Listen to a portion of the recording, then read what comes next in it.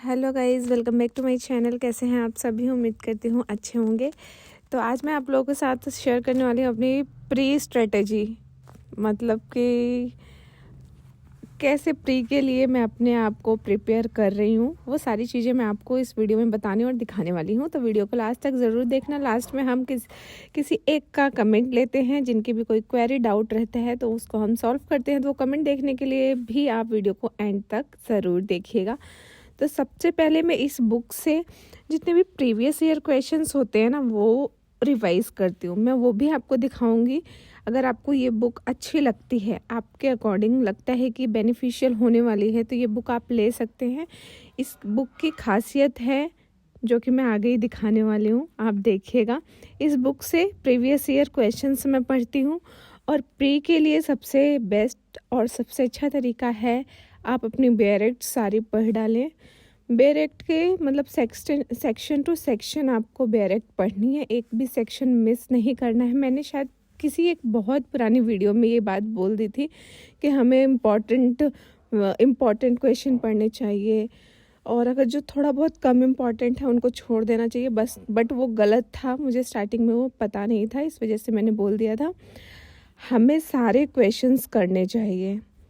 बेरेक्ट हमें पूरी पढ़नी है। जैसा कि हमारे सर बोलते हैं कि बेरेक्ट से हमें एक भी क्वेश्चन नहीं छोड़ना है।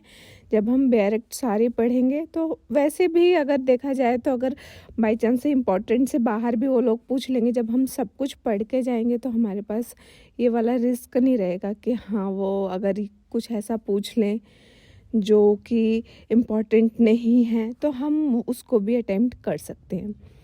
तो ये तो हो गई सबसे पहले बात बेरेक्ट की। और आज की वीडियो में हम हरियाणा का जो अभी प्री हुआ है उसका भी क्वेश्चन पेपर देखेंगे, और उसका आप लोग भी बताना कैसा गया आपका पेपर। तो ये बुक है जिससे मैं, आप लोग देख सकते हैं बुक का नाम, प्राइस वगैरह, जिससे सब्जेक्ट वाइज मैं प्रीवियस ईयर क्वेश्चंस करती हूँ। ये देखिए प्री एग्ज़ाम भी इस पे लिखा हुआ है इस बुक पे। अब इस बुक की खासियत मुझे आप लोगों को बतानी थी। इस बुक की खासियत ये है कि इसमें सेक्शन वाइज सारे प्रीवियस ईयर क्वेश्चंस हैं जो वेरियस एग्ज़ाम्स में आए हुए हैं। आप लोग ये देख सकते हैं कैसे section two section wise questions हैं। जैसे सेक्शन बेस्ड कोई किसी एग्ज़ाम में पूछा गया है तो उसमें उस तरीके से है।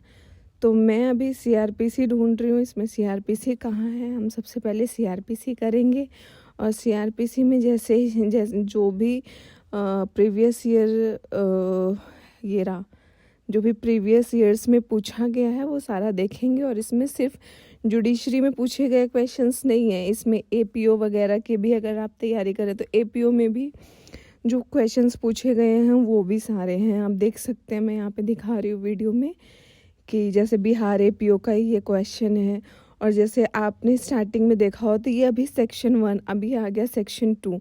सेक्शन 2 पे सीआरपीसी पे जितने भी सेक्शन 2 बेस्ड क्वेश्चन हैं वो सारे हैं इसमें।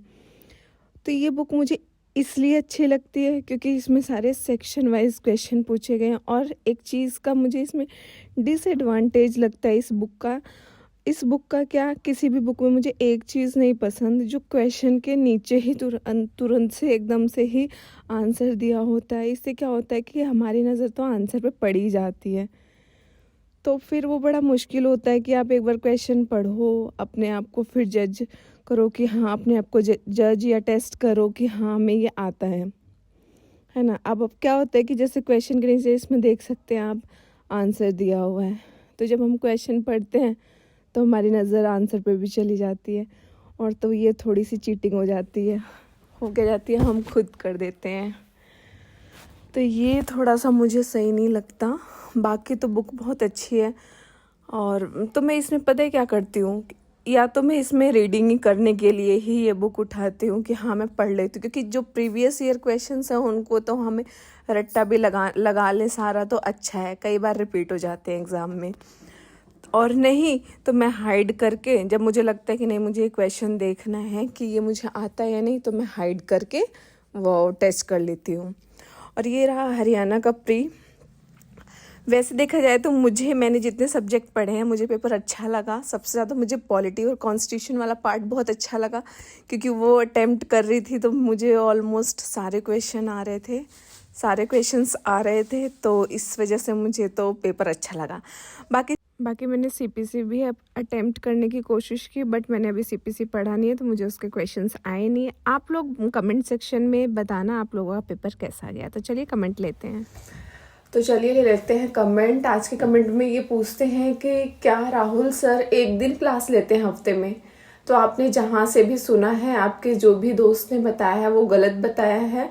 और मैं ये जानना ज़रूर चाहूँगी कि आपका दोस्त बाहर का है, कहीं कोई आउटसाइडर है, या फिर राहुल साइयस का है। तो ये आप मुझे कमेंट सेक्शन में ज़रूर बताइएगा। और मैं आपका ये डाउट क्लियर करना चाहूँगी।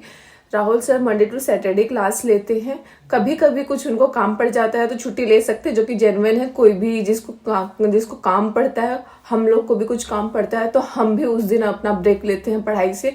तो इसी तरीके से है, जैसे उनका कभी कोई छोटा मोटा हेल्थ इशू है या कुछ भी उनको काम वगैरह है तभी वो लेते हैं। और राहुल सर जितना कोऑपरेटिव है उतना शायद ही किसी इंस्टीट्यूशन में कोई कोचिंग वाला होगा। राहुल सर इतना ज़्यादा मतलब कि इतने सारे एक्स्ट्रा क्लासेस प्रोवाइड करवाते हैं कि अगर बच्चा जल्दी अपना कोर्स ख़त्म करना चाहता है तो वो जो उनका टाइम उनके जब आप एडमिशन लेने जाएंगे उनके ब्रोशर में पढ़ेंगे तो जो टाइम वो बोलते हैं उससे जल्दी आप कोर्स ख़त्म कर सकते हैं।